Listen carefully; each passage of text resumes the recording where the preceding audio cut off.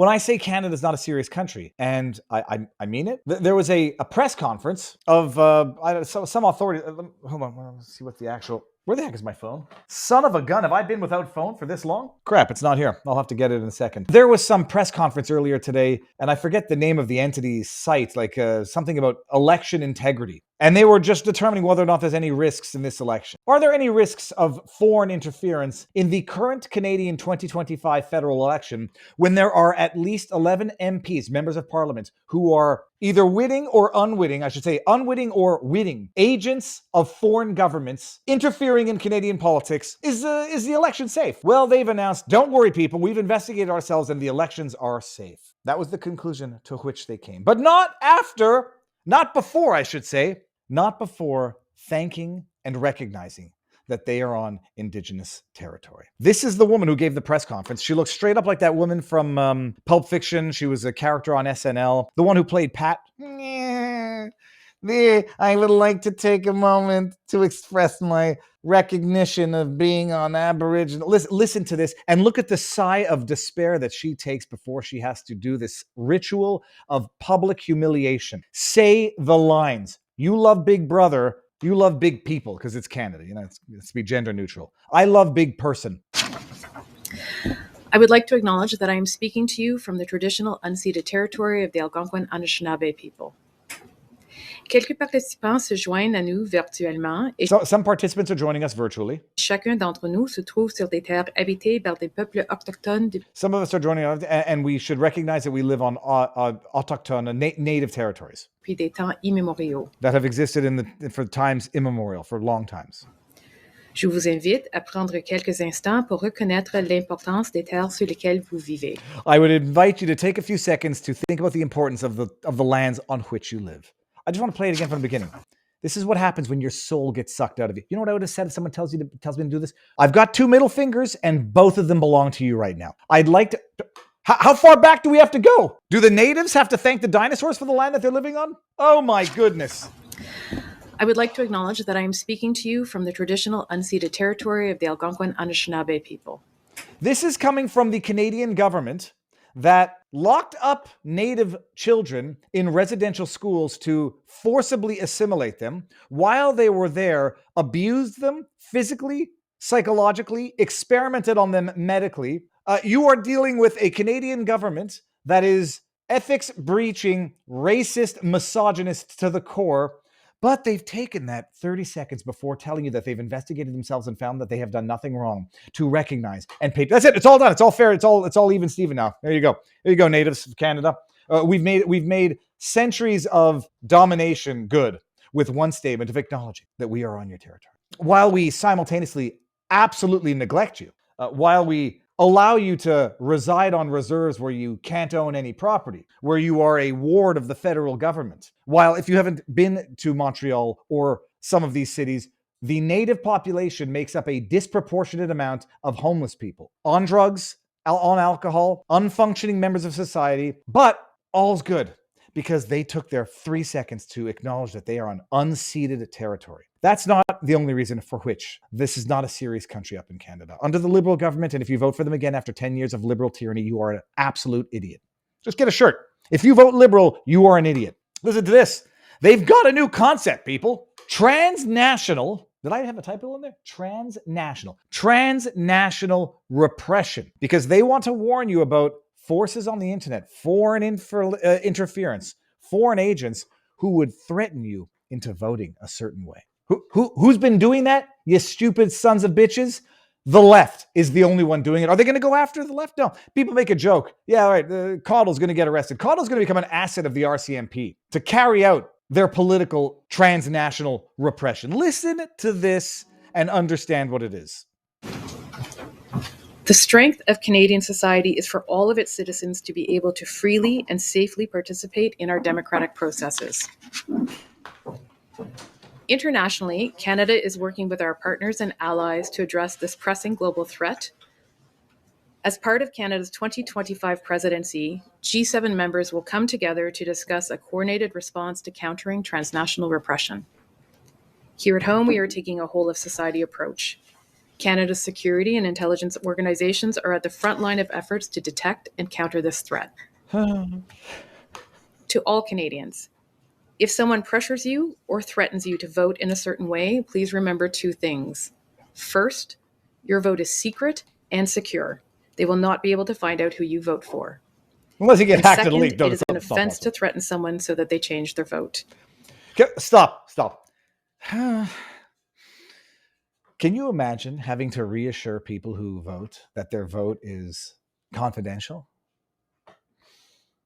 First of all, it's paper in Canada. At least it was federally. I thought this announcement was going to be, we're going to Dominion voting machines because it's too dangerous to vote on paper. No.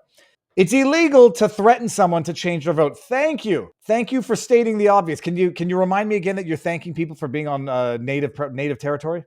As soon as it is safe, write down details about the situation. Stop, I'm sorry.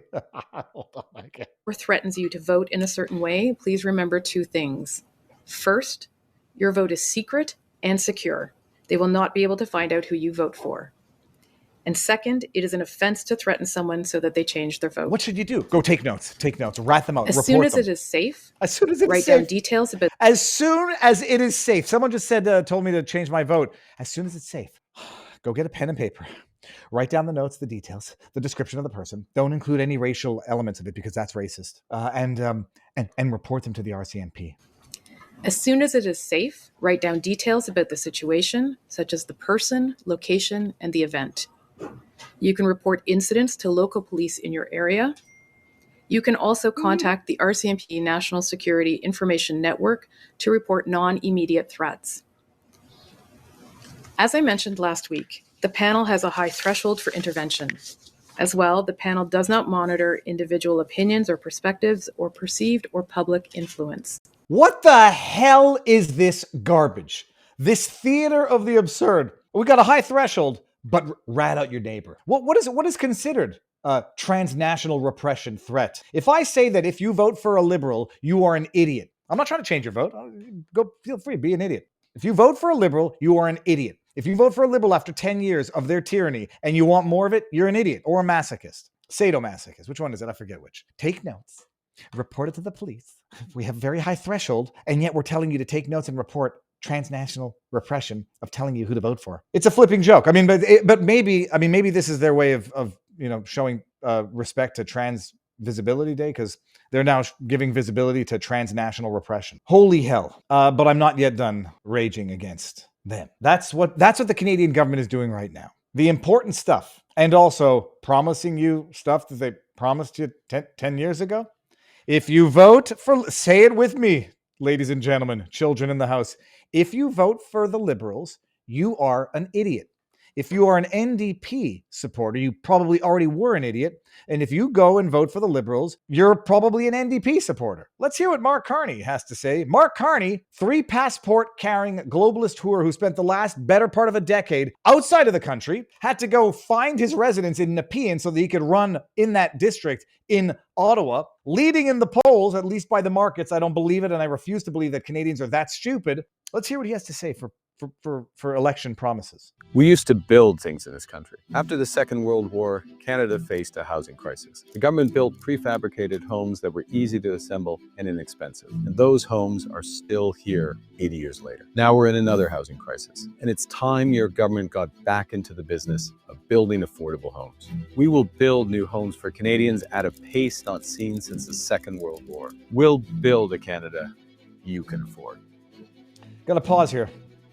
We'll build government housing. That sounds a lot like what they do in North Korea. They look nice. The government is going to build your house. That sounds like what they do in North Korea. I'm trying not to be too hyperbolic here. I love how they, however, look here. Now we're in another housing crisis. Buying a home may remain out of reach for many Canadians for the foreseeable future. House prices on average are up more than 30% since April 2020.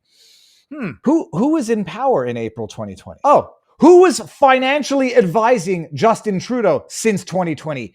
You scumbag POS Mark J. Carney. Oh, and by the way, I love how they're taking an article from 2024. I feel like I'm taking crazy pills. Mark Carney had been advising Justin Trudeau, if not limited to, because I don't think it was limited to the COVID response, had been advising Justin Trudeau since 2020. Since Mark Carney had been advising Justin Trudeau, house prices are up 30%. That's an article from 2024. Do you remember what happened in 2015? Oh, you do, because I bring this one up all the time. Justin Trudeau pledges new funding for affordable housing, tax breaks for developers. The reality is that too many Canadians cannot afford to buy a house, the Liberal leader said.